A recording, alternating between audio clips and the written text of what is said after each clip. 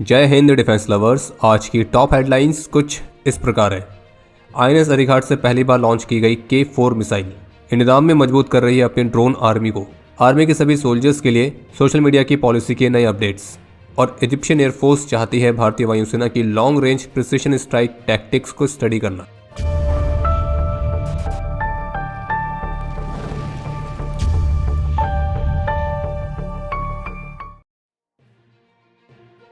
तो जैसे कि पिछले अपडेट में हमने भारत द्वारा कंडक्ट किए गए एक सबमरीन लॉन्च बैलिस्टिक मिसाइल के टेस्ट के बारे में बात करी थी, लेकिन इस टेस्ट को लेकर कोई अधिक डिटेल्स कल तक सामने नहीं आई थी। लेकिन अब आपको अपडेट करना चाहेंगे कि इस टेस्ट से संबंधित कुछ और जानकारियां सामने आ चुकी हैं, जिसमें कंफर्म किया गया कि इस दौरान भारत ने अपनी न्यूली इंडक्टेड आईएनएस अरिघाट से K4 मिसाइल को टेस्ट किया था। और ये टेस्ट 23 दिसंबर को बे ऑफ बंगाल रीजन में कंडक्ट किया गया था। और जो एक K4 मिसाइल है, इसकी मारक क्षमता 3500 किलोमीटर तक है। और मीडिया रिपोर्ट्स में इस बात को कंफर्म किया गया कि इस मिसाइल को भारत की न्यूक्लियर आर्सेनल में औपचारिक रूप से इंडक्ट करने से पहले अभी इसकी कुछ और टेस्ट फायरिंग्स कंडक्ट की जाएंगी। और जबकि हिंदुस्तान टाइम्स की रिपोर्ट के मुताबिक इस मिसाइल का जो टेस्ट है वो एक्चुअल में 1 से 3 दिसंबर के बीच में शेड्यूल किया गया था, लेकिन उसे डिले करना पड़ा। और उसका कारण था चाइना की ओशियन मिनरल रिसोर्सेज वेसल का इसके नेविगेशन एरिया के सदर्न एज से 115 नॉटिकल माइल्स की दूरी पर दिखना। हालांकि जो चाइनीज़ वेसल दिखी थी उसमें कोई भी मिसाइल ट्रैकिंग इक्विपमेंट नहीं था, लेकिन पिछले महीने इंडियन ओशन रीजन में चाइना की 3 रिसर्च वेसल्स प्रेजेंट थी।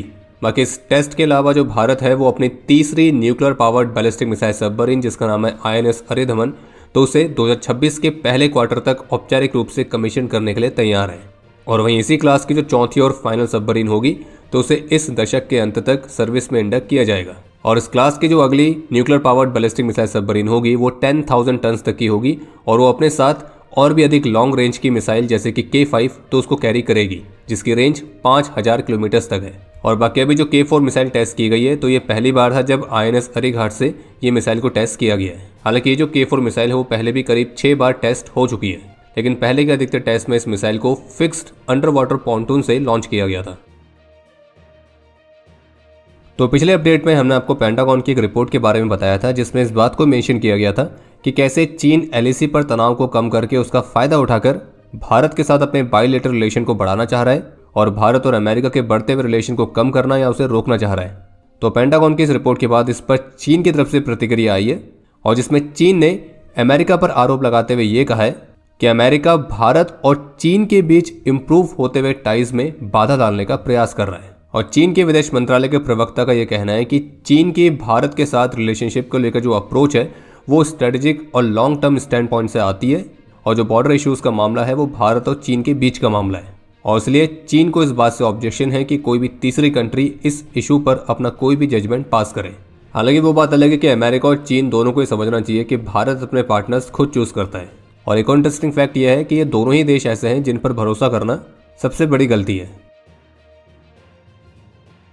सोशल मीडिया प्लेटफॉर्म्स के इस्तेमाल को लेकर इंडियन आर्मी की जो एक पॉलिसी है तो उसमें कुछ महत्वपूर्ण बदलाव किए गए।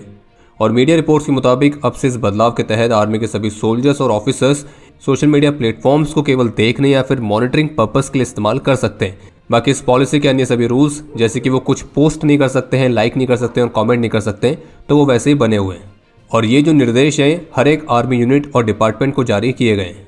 बाकी कहा गया कि इस बदलाव का उद्देश्य है कि जो सभी सोल्जर्स हैं वो खुद की अवेयरनेस को बढ़ाने और इन्फॉर्मेशन को इकट्ठा करने के लिए सोशल मीडिया कंटेंट को मॉनिटर कर सकें और उसे देख सकें।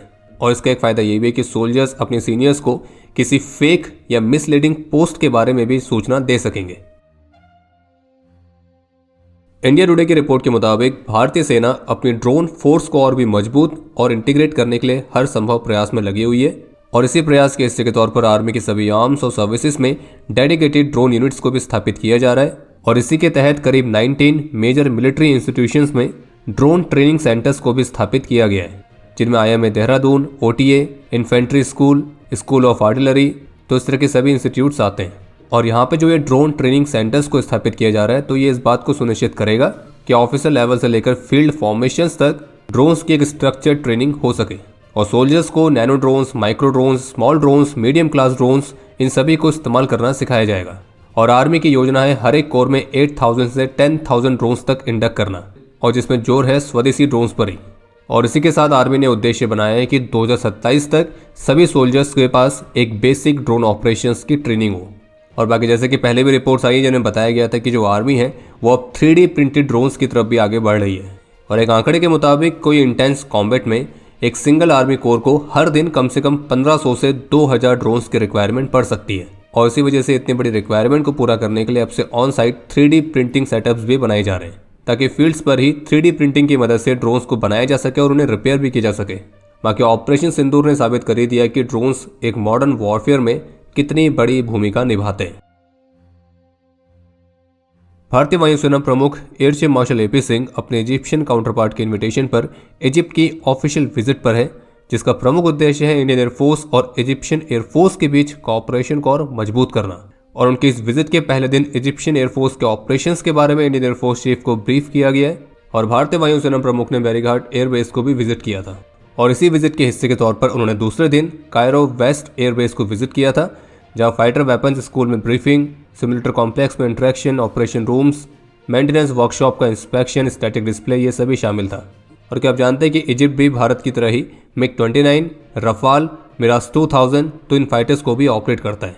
और ऑपरेशन सिंदूर के बाद कुछ ऐसी रिपोर्ट्स भी देखने को मिली थी जिनमें बताया गया था कि जो इजिप्शियन एयरफोर्स है वो भारतीय वायुसेना की long range precision strike tactics को सीखना चाहती है, उनकी स्टडी करना चाहती है, जिसको ऑपरेशन सिंदूर में भारतीय वायुसेना ने बहुत ही बेहतरीन तरीके से डेमोन्स्ट्रेट भी किया था कि कैसे प्रिसाइसली पाकिस्तानी मिलिट्री के 11 एयरबेसेस और उनके मल्टीपल एसेट्स डिस्ट्रॉय कर दिए गए। और वो डैमेज इतना बड़ा था कि पाकिस्तान अभी भी उससे अच्छे से उबर नहीं पाया है और पाकिस्तानी कुछ एयरबेस तो अभी भी ICU में है।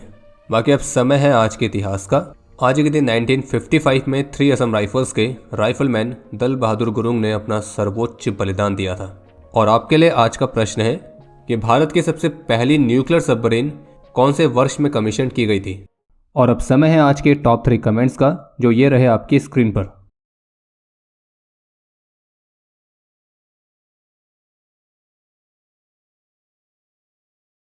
उम्मीद है आपको आज का एपिसोड पसंद आया होगा।